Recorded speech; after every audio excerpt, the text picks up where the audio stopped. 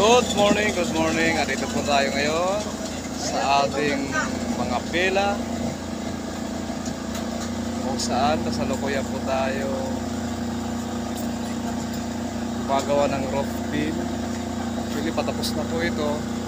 Doon naman sa kabila humahabol na po sila para po bago dumating ang December ay matapos na po or makapag trusses na po tayo. At malamang sa malamang po nakapagpupong na tayo ng December. Ayan po, nakikita ko po.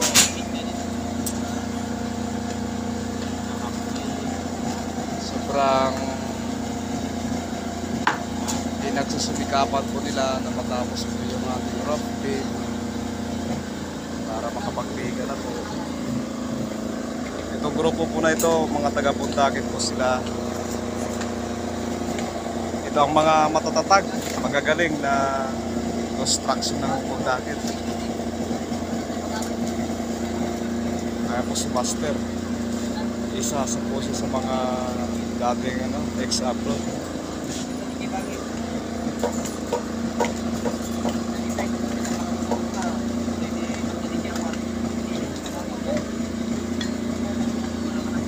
Naman po yung mga labor natin, tatanggal na forma para sa gagamiting overing dito.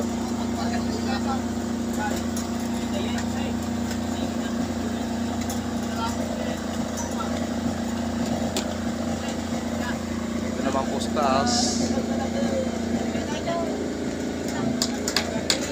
pinupula-pula yung forma para gagamitin ng mga nasa itas po na skin.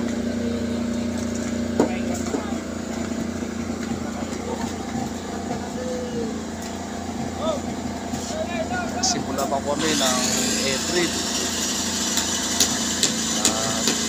Ito na po.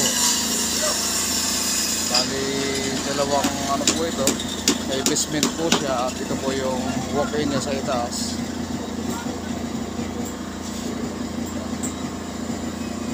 Bali yung magiging design po nitong Villa 2 na to, halos katulad po dito sa Villa 1.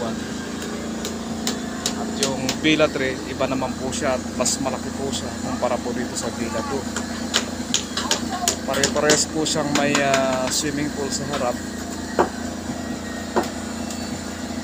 Ayan. Ito pong nakikita nyo yung batis dito or lake. Gagawan po ng river wall para po hindi makapasok ng tubig in case po na mayroong flood. Tsaka yung mga drainage system po namin, dyan po ang labas po siya. Dyan po ang datoy sa river. Ito po ay isang resort. Ang nagmamayari po nito ay isang kilalang tao sa Pampanga po. Hindi na lang po natin babanggitin ang pangalan.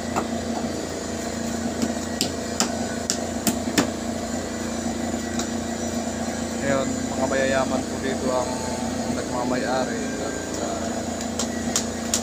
bali magkakaibigan po sila. Bali yung may-ari talaga ng resort na to binibinta niya po sa mga kaibigan niya.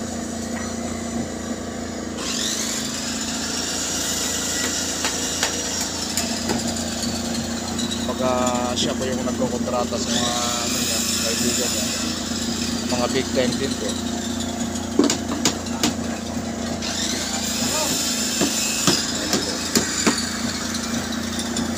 Hoping na pagdating po ng December tapos na po ito. Kung meron man pong ginagawa pa, finishing na po talaga yung pintura, ganun po.